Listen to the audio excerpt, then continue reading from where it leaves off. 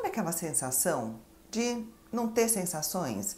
De que nada causa muita alegria, nem também muita tristeza, parece que as coisas vão passando, vão acontecendo, a pessoa é só uma observadora da vida, ela está só ali vendo alguma pessoa morrer de rir de uma piada, mas ela não achou graça nenhuma, às vezes acha até essa pessoa meio boba, né, por estar rindo tanto de uma coisa que para ela não tocou.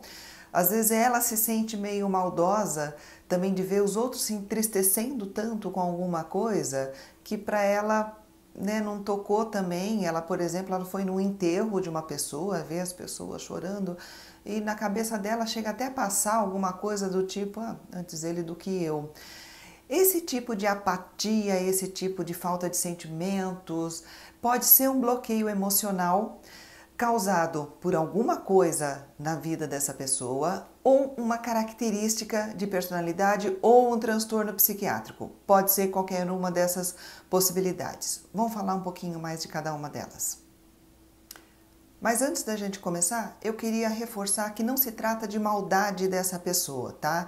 Mesmo que algumas vezes isso possa ser visto pelas outras pessoas como uma insensibilidade, como uma pessoa que não tá nem aí com os outros. Não se trata de maldade, ela não quer mal às outras pessoas, mas também não sente esse afeto, esse aconchego, por exemplo, ela não entende como é que outra pessoa vê foto ou vídeo de bichinho, de bebezinho, e na cabeça dela só passa o tanto que dá trabalho um cachorrinho e um bebezinho, ela não consegue ver essa fofura.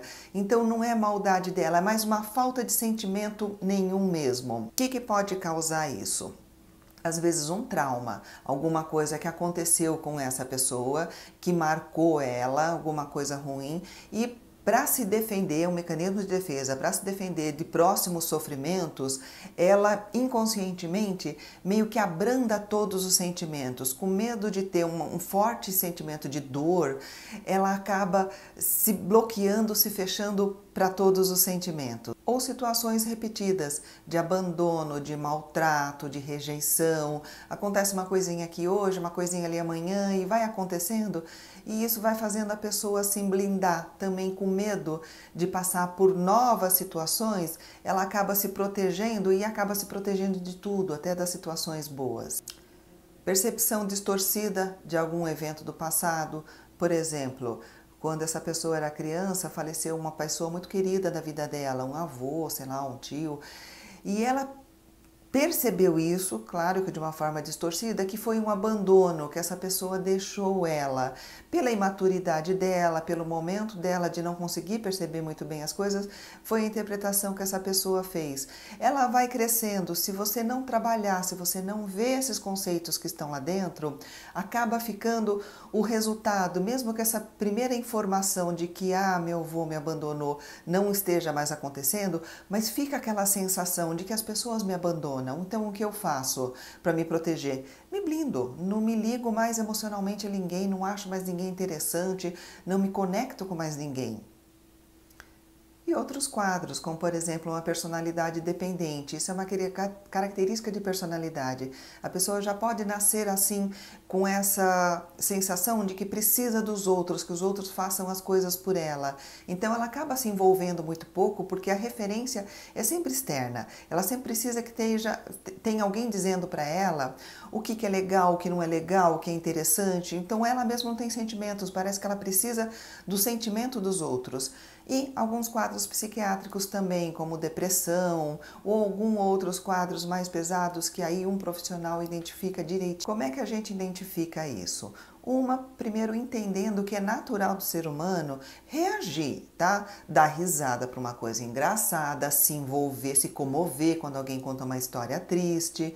E se a pessoa percebe que isso não está acontecendo com ela, e está tendo consequências na vida dela, por exemplo, às vezes a dificuldade de emagrecer, às vezes a dificuldade de engrenar no trabalho, às vezes a dificuldade de engrenar socialmente, de ter uma vida social, pode ser indício desse bloqueio emocional. Mas eu também acho interessante a gente perceber que em algumas situações as pessoas se treinam a ser um pouco mais formais. Por exemplo, profissionais de saúde. Se um médico, um psicólogo, um enfermeiro se envolver emocionalmente dentro da carga, daquele problema que está sendo trazido, porque muitas vezes a gente recebe coisas muito pesadas. Se o psicólogo, se o médico se comover à altura do que está acontecendo, ele pode deixar de ser objetivo tecnicamente. Ele pode não acertar no diagnóstico ou na intervenção que precisa fazer, ele pode ficar com dó da pessoa, então ele não vai usar esse método, vai usar o outro. E é por isso até que esses profissionais de saúde é indicado que não atendam parentes nem amigos próximos, justamente por causa disso, porque precisa desse distanciamento para ele conseguir ser objetivo e ser eficiente.